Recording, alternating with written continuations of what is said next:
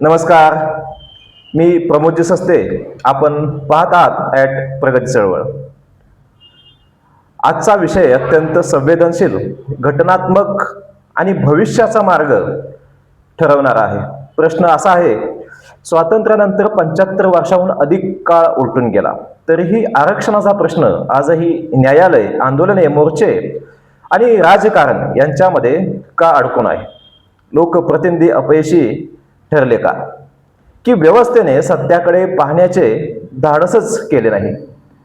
आज कोणत्याही समाजाच्या विरोधात नाही, तर संविधानाच्या चौकटीत सामाजिक न्यायाचा विचार करू. संविधानाने आरक्षण का दिले? भारतीय संविधानाने आरक्षण हे दारिद्र्य निर्मूलनासाठी दिलेले नाही, तर शतकानुशतके झालेल्या सामाजिक भेदभाव, शैक्षणिक मागासलेपण, ठराविक घटकांना प्रतिनिधित्वाचा अभाव दूर करण्यासाठी दिलेले. डॉक्टर बाबासाहेब आंबेडकरांनी आरक्षण कायमस्वरूपी नसून सामाजिक न्यायाचे साधन म्हणून मांडले.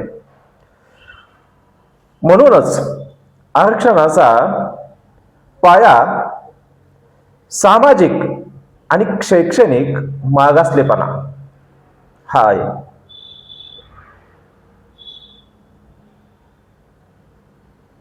आज परिस्थिती बदलली का, हा प्रश्न नेहमीच अधोरेखित केला जातो. भारत बदलला आहे. शिक्षण वाढले, उद्योग वाढले, शहरीकरण झाले, नवीन आर्थिक वर्ग तयार झाले. मात्र आरक्षणाच्या याद्या अनेक ठिकाणी दशकानुदशके बदलल्याच नाहीत.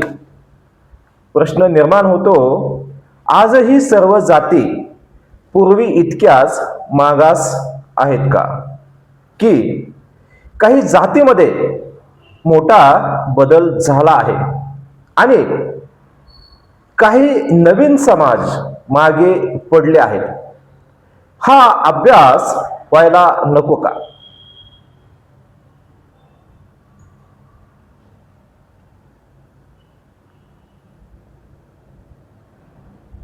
आपण अनेक वेळा ऐकलं ट्रिपल टेस्ट.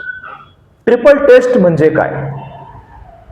न्यायालयाने अनेक प्रकरणात वैज्ञानिक माहितीवर आधारित निर्णयांची आवश्यकता अधोरेखित केली आहे. यासाठी आवश्यक आहे सामाजिक अभ्यास, शैक्षणिक अभ्यास, प्रतिनिधित्वाचा अभ्यास. राज्य मागासवर्ग आयोगाने केवळ भावना नव्हे, तर आकडेवारीवर निर्णय घ्यावेत. अनेकदा असं होतं, मागणी केली, आरक्षण दिलं. जसं आपण बघतो की मराठा आरक्षणाचा प्रश्न, हा प्रश्न भावनेवरती आधारित आहे का? तर मराठा समाजाने अनेक वर्ष आंदोलन केले, मोर्चे झाले, अनेक आत्महत्या झाल्या, निवेदनं दिली त्यांनी.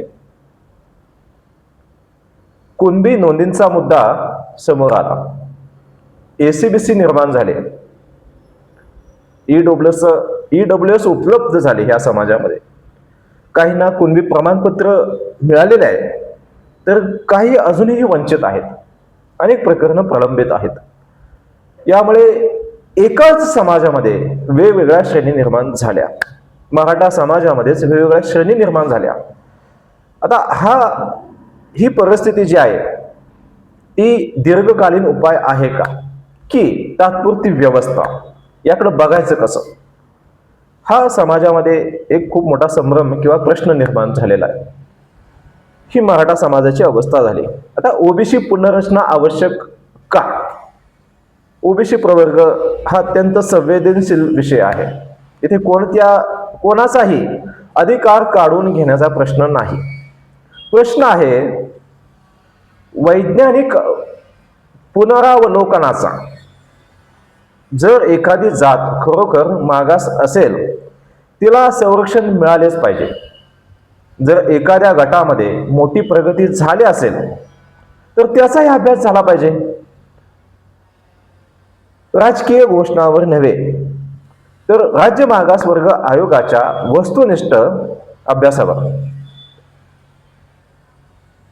आता हा वस्तुनिष्ठ अभ्यास वेगळा विषय.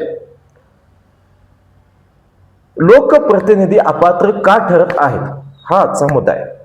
आज प्रत्येक निवडणुकीत आरक्षणाचे आश्वासन दिले जाते.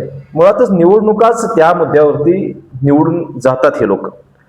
आरक्षणाचे आश्वासन दिले जाते, परंतु आपण अनेक वेळा पाहिलं, म्हणजे किती वेळा वैज्ञानिक सर्वेक्षण झाले हा आजचा खरा प्रश्न आहे.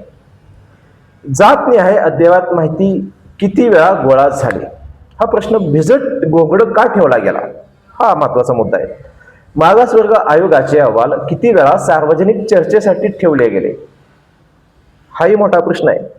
सर्वोच्च न्यायालयात वारंवार कायदे का टिकत नाहीत हा प्रश्न अतिशय गंभीर आहे. लोकप्रतिनिधींनी लोकप्रिय निर्णय घेतले की घटनात्मक दृष्ट्या टिकणारे निर्णय हा माझा प्रश्न आहे. इतिहास त्याचे उत्तर देईल. हा सर्व विषय इतिहासावरती सोडून चालेल का?